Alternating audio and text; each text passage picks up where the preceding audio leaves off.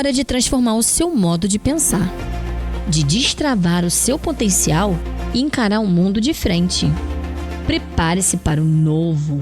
Está no ar. Viva a vida pela renovação da mente. A força e a sabedoria do Evangelho aplicados ao seu dia a dia. Não perca. Toda quarta, às 17 horas, na Web Rádio Ramá, a rádio que vive com você. Meu querido, minha querida, boa tarde. Aqui é o pastor Alexandre Gouveia Faria, da Igreja Batista Central do Fonseca, em Niterói, e aqui é o programa Viva a Vida, nesse encontro, nesse finalzinho de tarde, 17 horas, quarta-feira. Nós vamos fazer o nosso encontro, o nosso bate-papo desta tarde, e hoje o assunto é um assunto bem interessante, a partir da palavra de Jesus Cristo, uma palavra que às vezes não é muito compreendida por nós. Às vezes temos alguma dificuldade de entender o que Jesus quis dizer. Jesus contou várias parábolas. O que eram as parábolas? As parábolas eram histórias do cotidiano. A gente usa um nome técnico para elas. Elas apresentavam verossimilhança. Ou seja, ele contava histórias sobre coisas que podem ter acontecido ou podem não ter acontecido. Ninguém entra nessa discussão. Na verdade, ele contou uma história para ilustrar verdades espirituais. Tomou histórias do dia a dia, dos acontecimentos daquela região, da Palestina, do Oriente Médio, e daquele ambiente agrícola. Jesus tirou muitas histórias. Segundo a contagem de alguns, nos 3 primeiros evangelhos haveria 42 parábolas. Esse número às vezes sobe, às vezes desce, dependendo do autor e dependendo da definição de parábola. Nós temos ainda também nos evangelhos, especialmente nos 3 primeiros evangelhos, Mateus, Marcos, Lucas, as ações parabólicas. Talvez você não tenha ouvido falar, mas além das parábolas, há também as ações parabólicas. Em qualquer um dos nossos encontros, a gente vai analisar uma ação parabólica para você entender como que isso funciona. Então, Jesus contou várias parábolas. Parábolas sobre a volta dele, a sua segunda vinda, parábolas sobre dinheiro, parábolas sobre casa, sobre família, sobre sofrimento, sobre pai, sobre filho, sobre terreno. Ele contou vários tipos de parábolas. Eu quero nessa tarde pensar com você, e desde já agradeço a sua atenção, a sua boa vontade em acompanhar o programa Viva a Vida, o que para nós é um privilégio. Eu quero pensar com você em uma certa ocasião em que Jesus contou uma dessas histórias, a partir de uma demanda, a partir de uma necessidade que provavelmente o irmão mais novo tinha de reclamação em relação ao irmão mais velho, que deve ter ficado com uma parte maior do que deveria, no tocante à herança. E provavelmente na fala desse jovem, desse homem, estava ali algum tipo de reclamação. Ou o irmão mais velho, ao repartir a herança, pegou mais do que deveria, ou o irmão mais novo estava insatisfeito e desconfiando da divisão que havia sido feita, de que ele não teria recebido aquilo que lhe era de direito.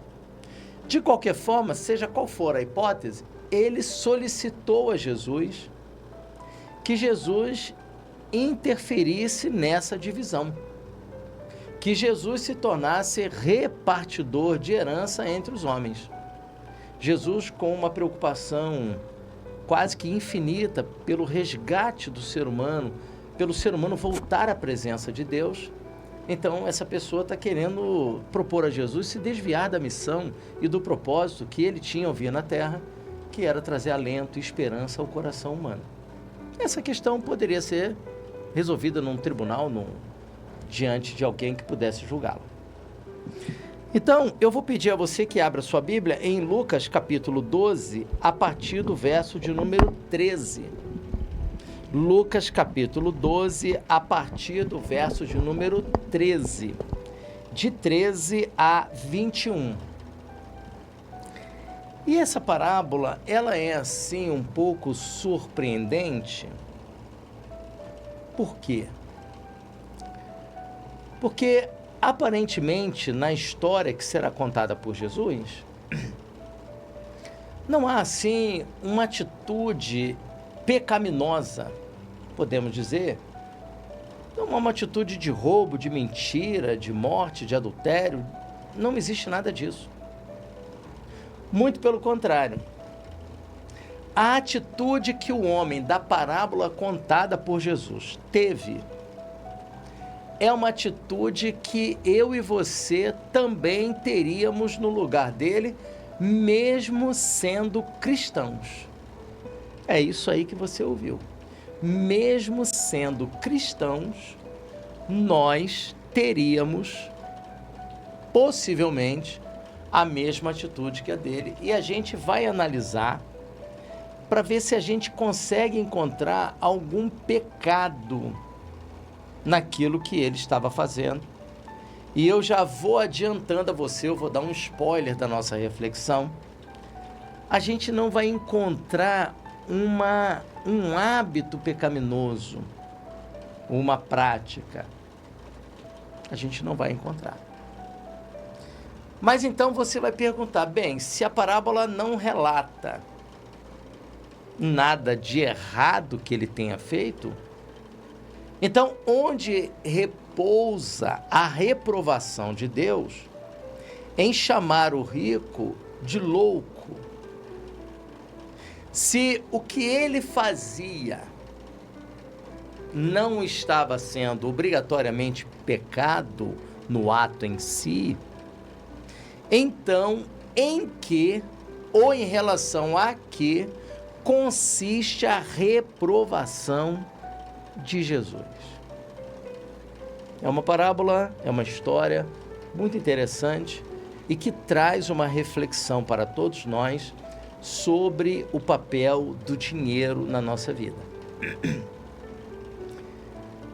Se alguém quiser montar um negócio, se alguém quiser empreender, se alguém quiser se tornar um empresário, um microempreendedor, um médio empreendedor, um dono de uma loja, uma confecção, de um consultório,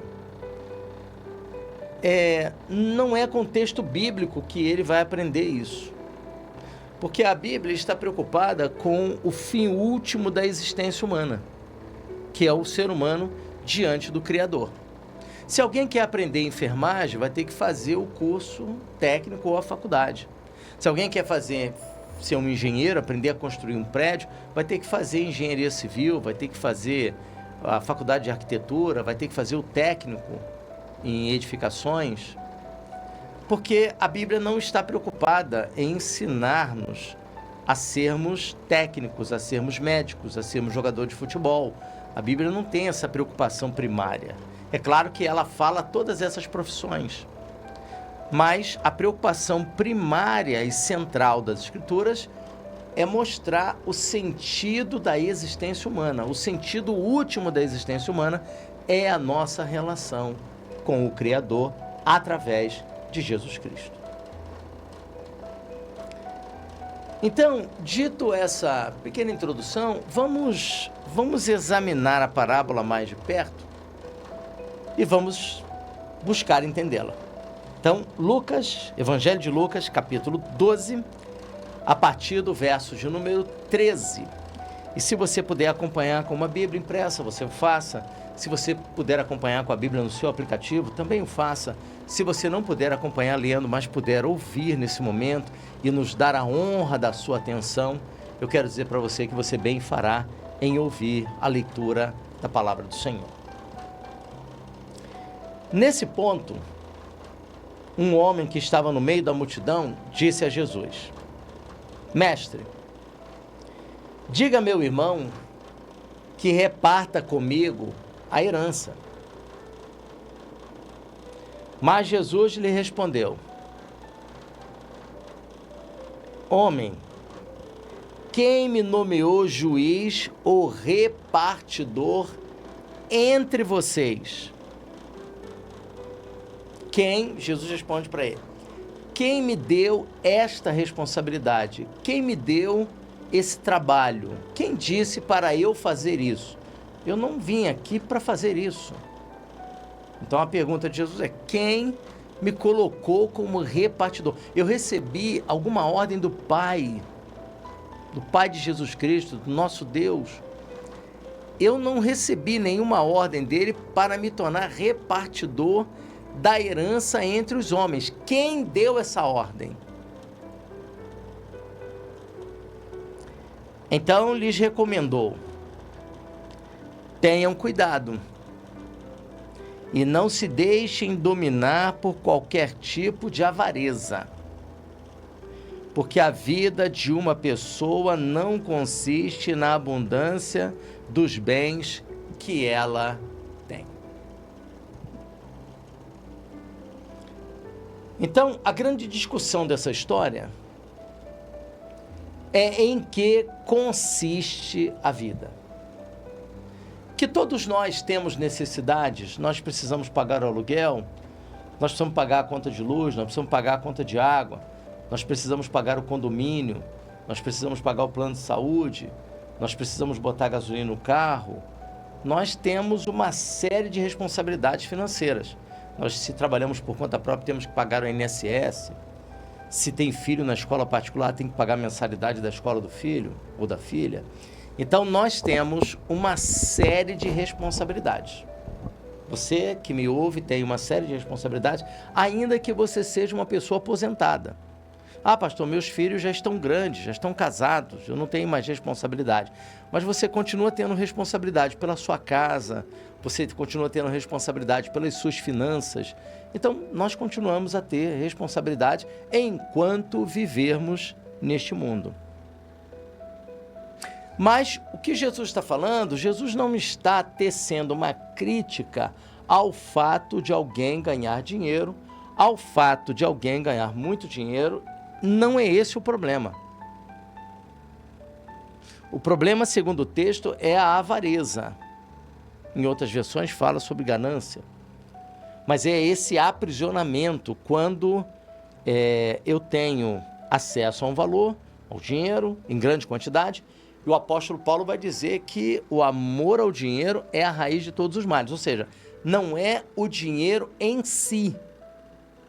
Porque o dinheiro em si, nós podemos fazer missões, nós podemos fazer evangelismo, nós podemos fazer ação social com idosos, com crianças, com moradores de rua. Tudo isso exigirá dinheiro. Então, o dinheiro não pode ser tratado como alguma coisa má.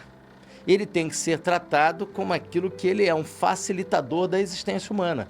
Esse é o espaço dele. O problema do dinheiro é quando nós nos apaixonamos por ele. O dinheiro é um excelente funcionário e um péssimo patrão.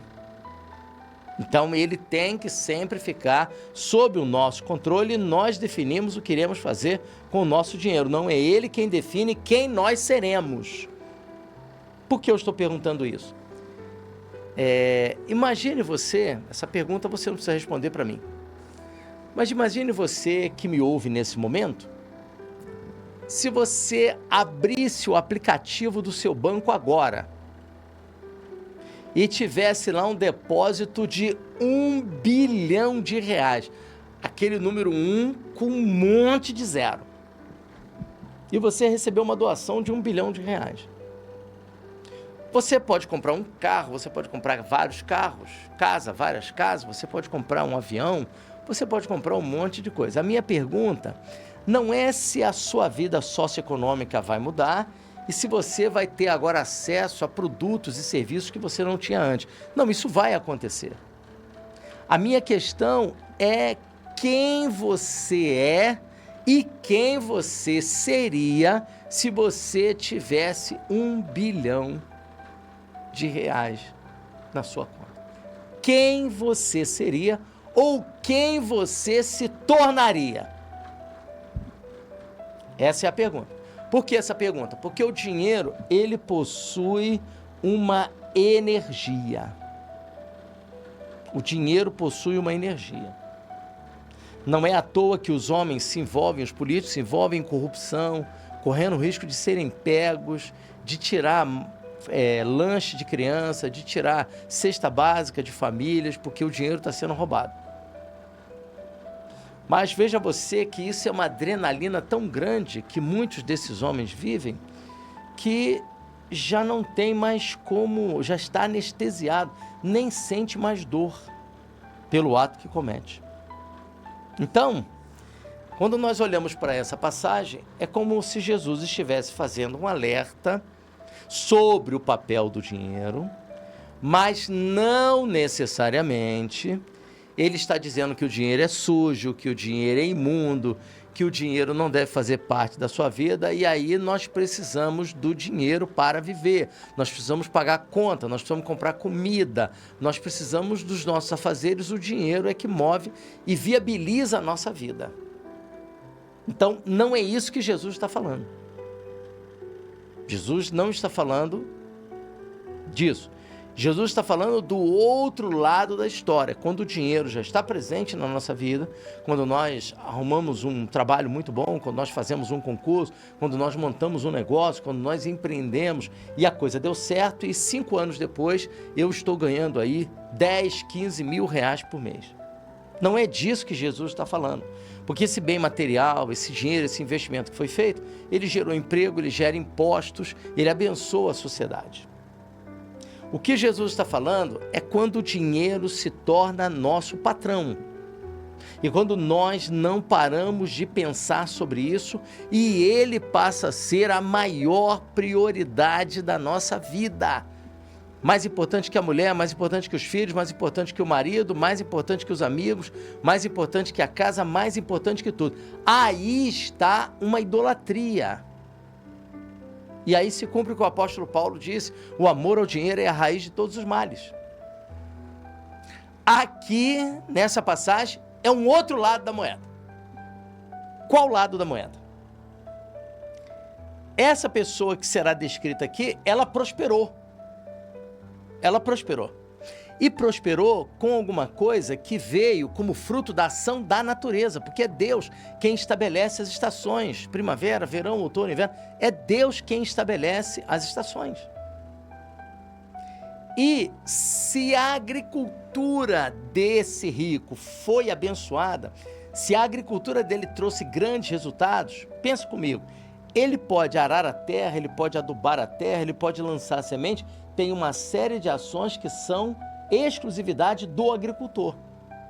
Mas ele não tem como garantir o resultado do investimento dele, porque ele não controla, por exemplo, o sol nem a chuva.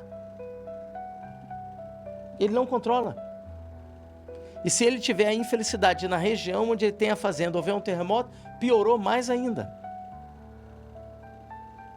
Então, nós temos que analisar essa história dentro da história, tentando entender o que Jesus disse, para depois entendermos a aplicação que ele faz, para depois, então, trabalharmos com essa história, já entendendo a história. Então, vamos continuar lá. Tenha cuidado e não se deixem dominar por qualquer tipo de avareza, porque a vida de uma pessoa não consiste na abundância dos bens que ela tem. A abundância dos bens que ela tem consiste dentro de um sistema capitalista. Então, quanto mais poder político a pessoa tem, quanto mais capacidade financeira ela tem, maiores serão as oportunidades dela na sociedade. Então, esse é um fato. O que nós precisamos entender aqui é que Jesus não está condenando essa iniciativa. Você criou um produto e o produto que você criou, uma determinada chupeta, vendeu 1 milhão de exemplares.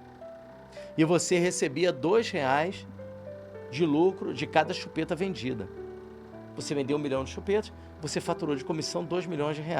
Tem algum pecado nisso? Não, ele apresentou um produto para servir a sociedade e esse produto serviu uma quantidade imensa de pessoas na sociedade que nem o criador do produto previu.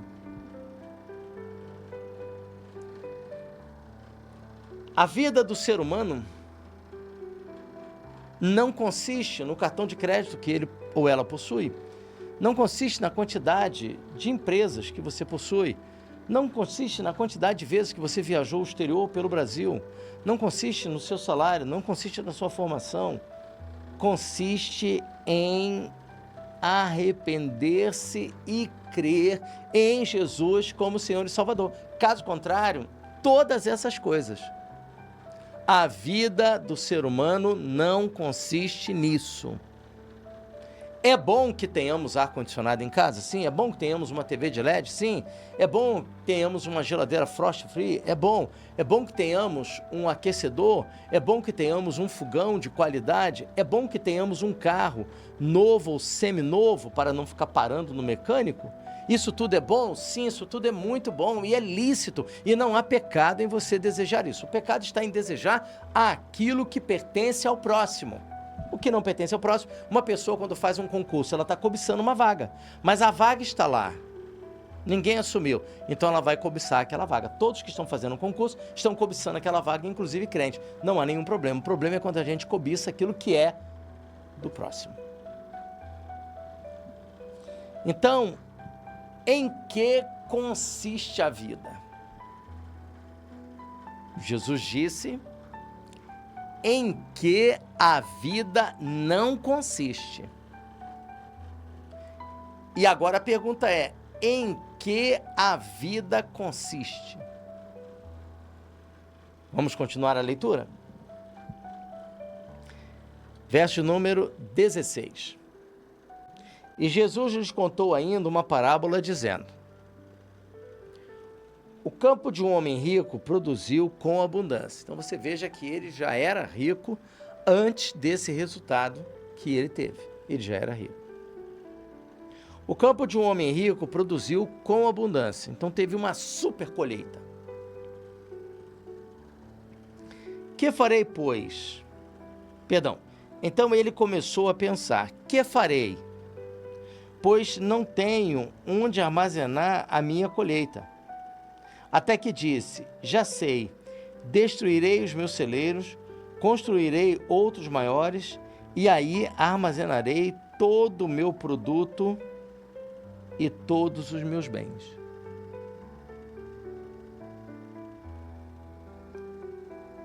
Onde está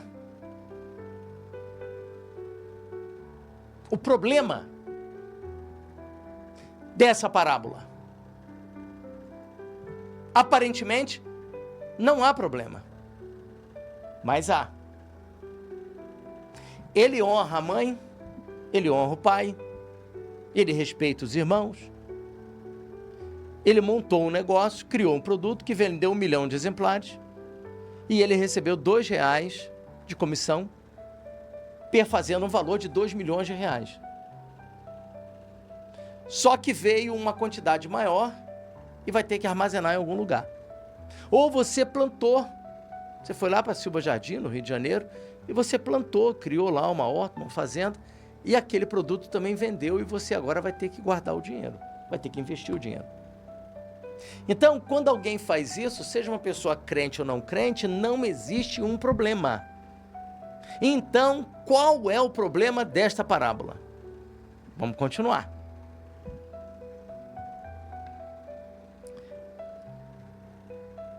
Então ele começou a pensar: que farei? Pois não tenho onde armazenar a minha colheita. 18. Até que disse: já sei, destruirei os meus celeiros, construirei outros maiores, e aí armazenarei todo o meu produto e todos os meus bens. E ainda direi à minha alma: alma, tem em depósito muitos bens para muitos anos, descanse, coma, descanse.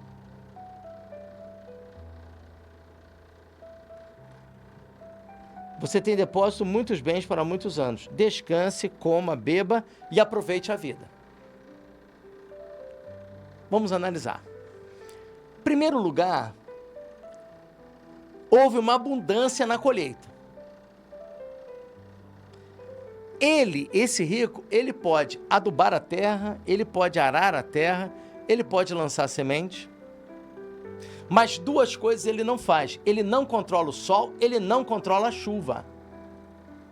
Então, se houve uma abundância na colheita dele, ele deveria atribuir essa abundância a Deus. Deus lhe deu a abundância. Deus lhe deu a promessa e cumpriu essa promessa de dar uma grande safra, uma hiper safra a ele.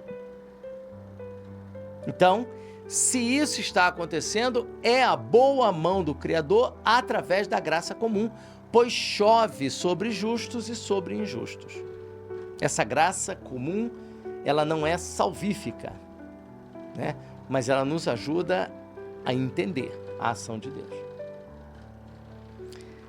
Outro ponto interessante é que ele diz, olha, eu não tenho onde armazenar. Eu vou quebrar o celeiro 1, o celeiro 3 e vou ampliar esses celeiros. E ele corre no banco para conseguir um financiamento.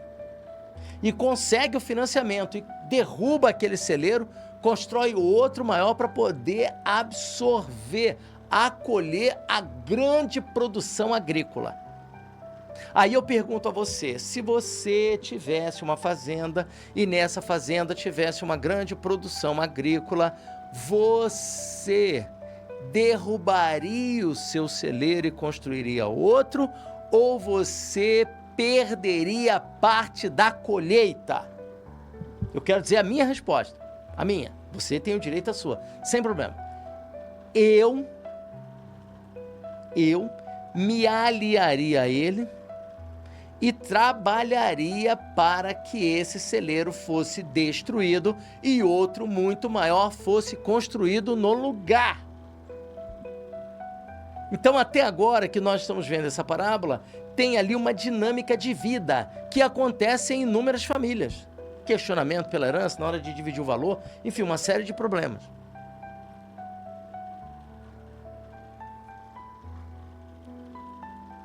Agora, o que ele diz a si mesmo? É um recurso que Jesus usa muito interessante. A minha pergunta a você, existe algum problema sobre aquilo que ele diz sobre si mesmo? Vamos analisar? Já sei, verso número 18, até que diz, já sei, destruirei os meus celeiros, construirei outros maiores e aí armazenarei para o meu produto e todos os meus bens. Então direi à minha alma, você tem em depósito muitos bens para muitos anos. Eu não sei qual é a sua posição sobre isso, mas eu entendo que a riqueza ela é produzida constantemente e ela vai crescendo numa sociedade. Eu não entendo a soma zero. Se um está ganhando, o outro tem que estar perdendo. Não, alguém pode estar ganhando mais e alguém vai estar ganhando menos. Mas no meu entendimento não existe essa diferença. Vamos lá. O que ele está fazendo? Vamos observar. Ele diz a si mesmo, olha, tenho dinheiro para muitos anos. Aí eu pergunto a você, é um problema uma pessoa ter uma aposentadoria privada, por exemplo, para completar a aposentadoria pública do INSS, ou como funcionalismo público, ou num regime de alguma prefeitura? A pessoa pagou a aposentadoria privada para ter um complemento da sua renda quando chegasse à velhice. Ou a pessoa juntou muito dinheiro, e aí tem dinheiro para a sua velhice. Ou essa pessoa fez aplicação financeira. Ou essa pessoa se desfez de um bem, vendeu um apartamento por R$1,5 milhão e resolveu aplicar esse dinheiro. 1% ao mês vai dar R$15 mil. Então, se uma pessoa prospera e consegue avançar financeiramente como ele avançou, é muito comum que essa pessoa quebre os celeiros para ampliar o espaço, ainda mais se no terreno onde está aquele celeiro tem espaço para a ampliação. Outra coisa que acontece são os 4 verbos que vão aparecer aí diante de nós. Então direi à minha alma, você tem em depósito muitos bens para muitos anos, mas Deus Mas Deus lhe disse: louco! Esta noite lhe pedirão a sua alma. E o que você tem preparado, para quem será? Bem, o texto está dizendo que ele comia. O texto está dizendo que ele bebia. O texto está dizendo que ele descansava. E o texto está dizendo que ele aproveitava a vida. Pensa comigo. Tem algum problema em alguém descansar? Não. Não pode querer descansar muito, senão acaba a preguiça tomando conta. Então tem algum problema uma pessoa sair de manhã, 7 horas da manhã de casa, voltar só 7 horas da noite, chegar em casa, tomar banho, jantar e ir dormir porque está cansado. Tem algum problema nisso? Não. O problema é se quiser descansar muito. Quiser descansar dias, como é que trabalha, como é que produz, como é que passa na faculdade, no colégio. O segundo verbo é comer. Ele descansa, ele come. Comer é um ato pecaminoso em si? Bem, a gula pode fazer comer virar um pecado, um pecado grave. E a pessoa que está comendo desenfreadamente, talvez seja o pecado de gula. Mas, em princípio, descansar é lícito, comer é lícito, beber é lícito e aproveitar a vida é lícito. Se você entender aproveitar a vida como ele tendo se envolvido com roubo, com miséria, com prostituição, não é isso que eu estou falando. Eu estou falando de se envolver com a vida e desenvolver a vida com aquilo que é compatível com o Evangelho de Jesus Cristo. Isso é aproveitar a vida. A melhor maneira de aproveitar a vida é crer em Jesus como Senhor e Salvador. Mas depois disso nós vamos aproveitar a vida que Deus nos deu como cristãos. Como cristãos. Então, descansar não é um problema, comer não é um problema, beber não é um problema. Nada disso é um problema. Então, onde está o problema? Se ter uma plantação ampliada por fatores que fogem à capacidade do agricultor. Se você consegue pagar um aluguel e você prospera de tal forma que você consegue comprar uma casa própria, se você está trabalhando numa empresa e você prospera de tal forma que você é promovido, bem, se você não usou nada ilícito para provocar essa promoção, mas reconhecer o seu trabalho, a sua intensa dedicação, a liderança e a capacidade de lidar com equipes de pessoas de pensamentos diferentes, então você prosperou sim, porque veio lá mais R$1.000 de acréscimo no seu salário por causa da nova função. Não há pecado nisso. A vaga estava liberada porque o funcionário que ocupava aquela vaga, ele se aposentou. Então você não está cobiçando aquilo que é do próximo. A vaga está lá, então eu vou cobiçar a vaga e vou lutar para conseguir essa vaga. Essa pessoa consegue a vaga. Passou a ter R$1.000 de aumento no salário pela função de supervisor que está ocupando. Tem algum problema nisso? Não. Uma pessoa chega em casa e janta. Chegou do trabalho, nem comeu no trabalho, chegou em casa, tomou banho e sentou para jantar com muita fome. Tem algum pecado em comer? Não. Terminou de comer, ela passa ali um tempinho, 10, 15, 20 minutos, ela vai beber água, vai beber um copo d'água. Tem algum problema ela beber água? Ela levanta à noite para beber água. Tem algum problema em levantar à noite para beber água? Não! Não. E aproveitar a vida de maneira lícita, abraçar os filhos, abraçar a esposa, abraçar o marido, ir à praia, ir à piscina, viajar com a família, comemorar um aniversário, por mais simples que seja a casa, fazer ali um bolinho, colocar uma velinha, comemorar um aniversário.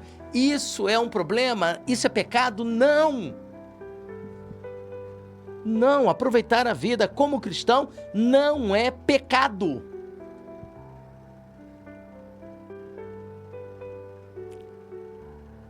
Então, onde está o problema?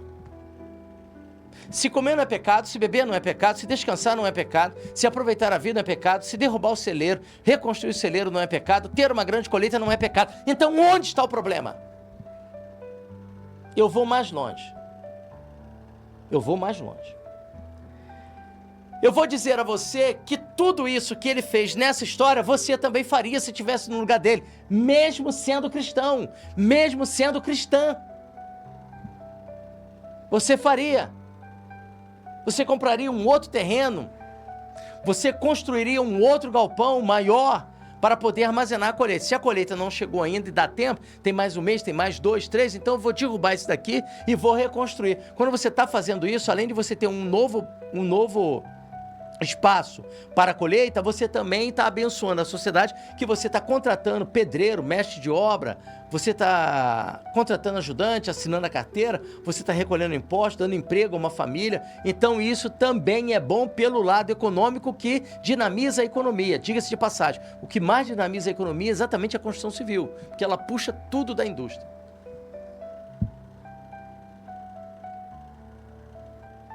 Bem, pastor, se o senhor está dizendo que não tem nenhum problema aí, quem sou eu para dizer que tem?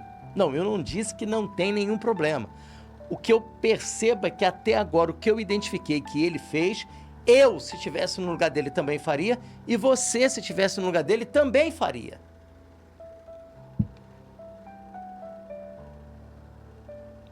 Então, onde está o problema?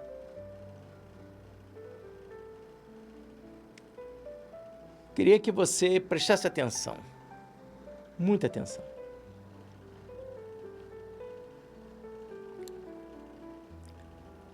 Tudo que ele fez, que eu já citei aqui várias vezes, repetidamente, de maneira proposital, tudo que ele fez aqui, apontado nessa história, eu e você também faríamos. Então não há um problema. O problema não está no que ele fez. O problema desta parábola, repito, não é o que ele fez. O problema desta parábola é o que ele não fez. Pastor, não estou entendendo. Eu vou te explicar. Tudo que ele fez na história é horizontal, diz respeito à nossa vida neste mundo, neste planeta. Então, tudo que ele fez é horizontal. O crente e o não crente fariam a mesma coisa que ele fez aqui. Não tem um pecado a priori, antecipadamente. Então, o problema não está no que ele fez. O problema está no que ele não fez.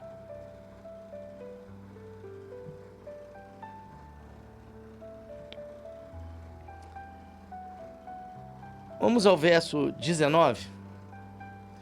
Então direi à minha alma: você tem em depósito muitos bens para muitos anos. Descanse, coma, beba e aproveite a vida. Mas Deus lhe disse: louco, esta noite lhe pedirão a sua alma, e o que você tem preparado, para quem será? Aqui, Jesus dá a indicação do problema, e no verso 21, ele responde qual é o problema. Você quer saber? Então vamos ao verso 21. Assim é o que ajunta tesouros para si mesmo, mas não é rico para com Deus. A crítica de Jesus não é ao fato dele ter prosperado.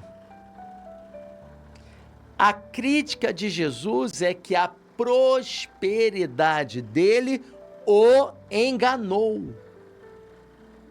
Ele teve grande preocupação com a horizontal, com os afazeres e as responsabilidades horizontais na sociedade, mas não teve nenhuma preocupação com a vertical, com o inefável, com o Senhor dos Senhores, com o Rei dos Reis, o Senhor da história. As atitudes desse homem ficaram confinadas dentro do labirinto desta vida. Ele não estava preocupado com o seu futuro ao deixar esta vida. Então, esses verbos aqui, esses 4 verbos, essas 4 indicações, descansar, comer, beber e aproveitar a vida, não tem nenhum problema em si. Mas nesse contexto aqui, exatamente aqui, esses 4 verbos significam o sintoma da loucura espiritual. E em que consiste essa loucura espiritual? No fato dele só fazer isso. Ele só se preocupou com a safra, ele só se preocupou com o depósito, ele só se preocupou em ter dinheiro para o futuro, ele se preocupou em descansar, em comer, em beber, em aproveitar a vida, mas ele nunca se preocupou com o seu futuro eterno.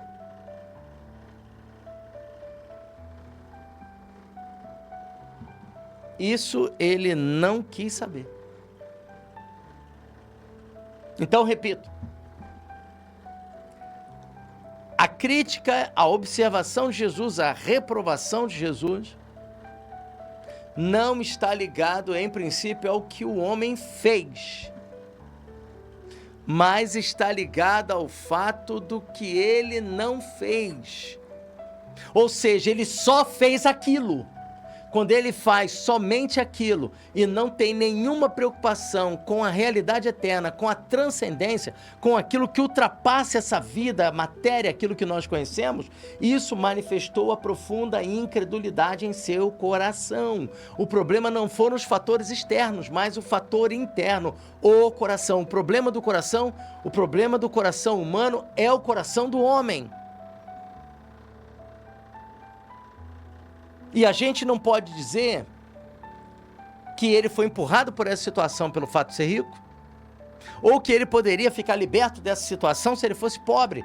Quantos ricos ajudaram a evangelizar a América Latina a partir dos Estados Unidos, da junta de Richmond, e missionários lá da Igreja Batista de Dallas, que foi durante muito tempo a igreja mais rica do mundo, depositava no bolso do missionário $60 mil, $50 mil, para quando chegar aqui ele comprar um terreno e construir uma capela. Mas como é que pode isso? Porque esse irmão que depositou, que é um diácono da igreja, primeira Igreja Batista de Dallas, ou de Houston, eles estão onde? Eles estão no Texas. E ao estar no Texas,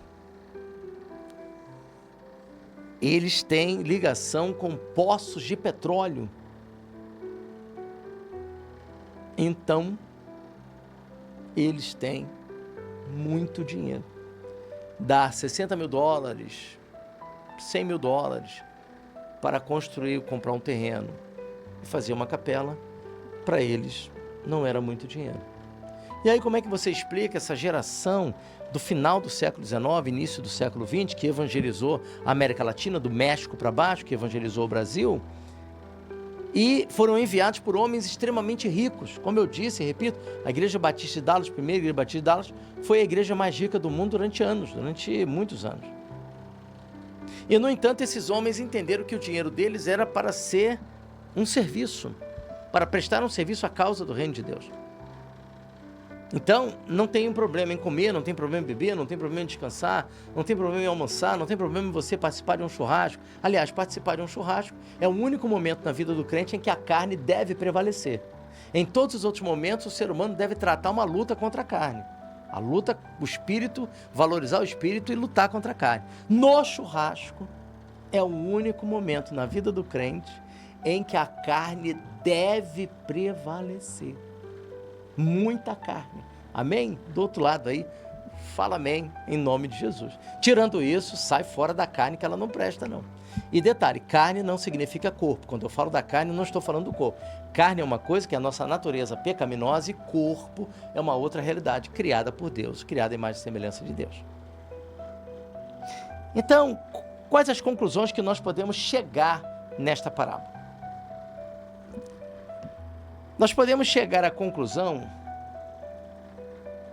de que nós temos este lado da vida, a vida aquém túmulo, antes do túmulo.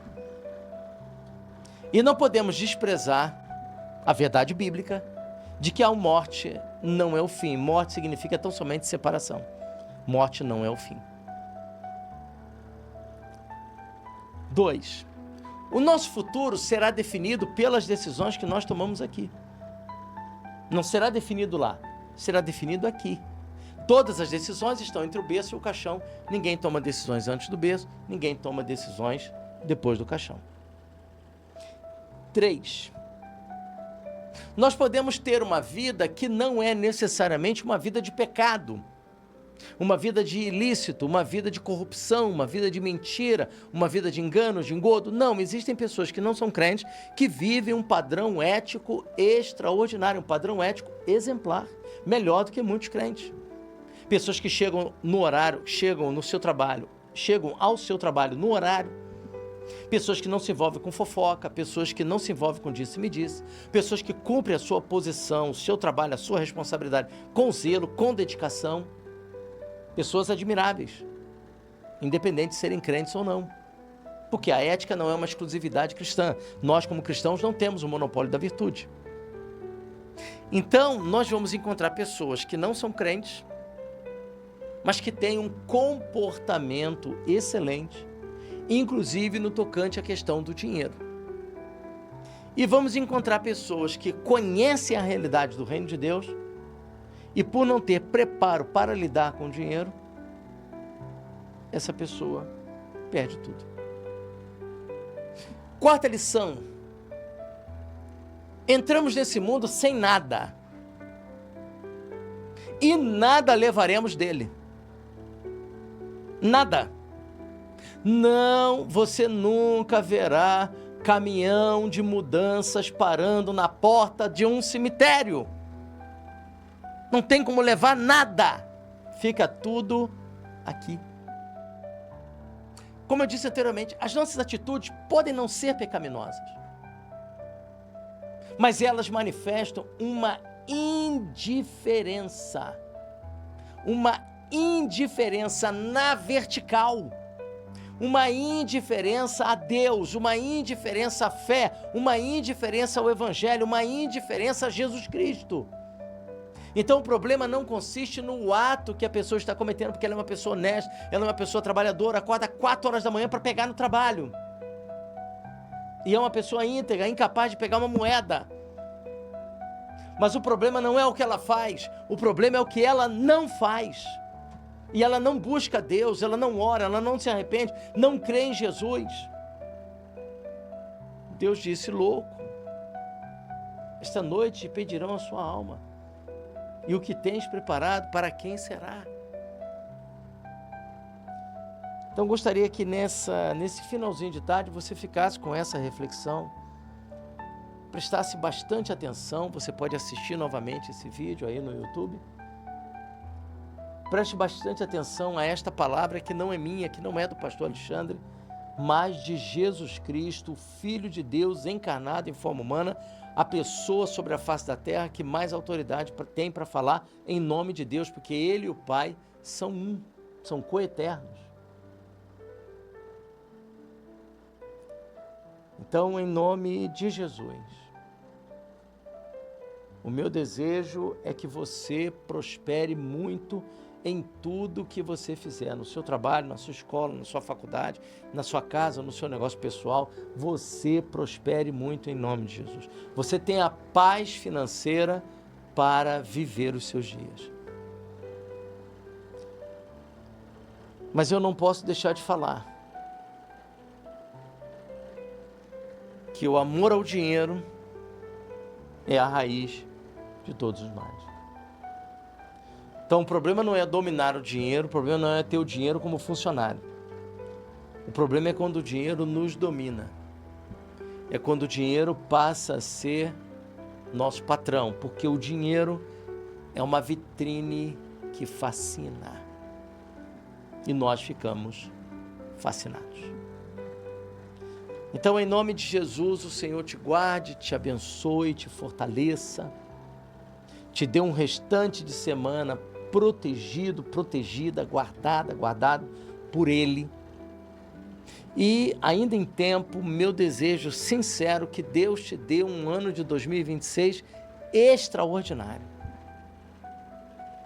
Que você tenha um ano maravilhoso, que seja o melhor ano da sua vida. Que Deus traga cura, que Deus traga prosperidade, que Deus traga saúde, mas acima de tudo que o Senhor traga arrependimento e fé no seu coração. Que Deus te abençoe e te guarde. Em nome de Jesus. Até quarta-feira que vem. Amém. Você acompanhou Viva a Vida pela Renovação da Mente, a sua dose semanal de inspiração e sabedoria do Evangelho para o seu dia a dia. Leve essa força para a sua semana. Lembre-se, uma mente renovada constrói uma vida transformada. Nosso encontro está marcado toda quarta-feira, às 17 horas. E siga a gente nas redes sociais e compartilhe essa mensagem. Continue ligado na Web Rádio Ramar, a rádio que vive com você.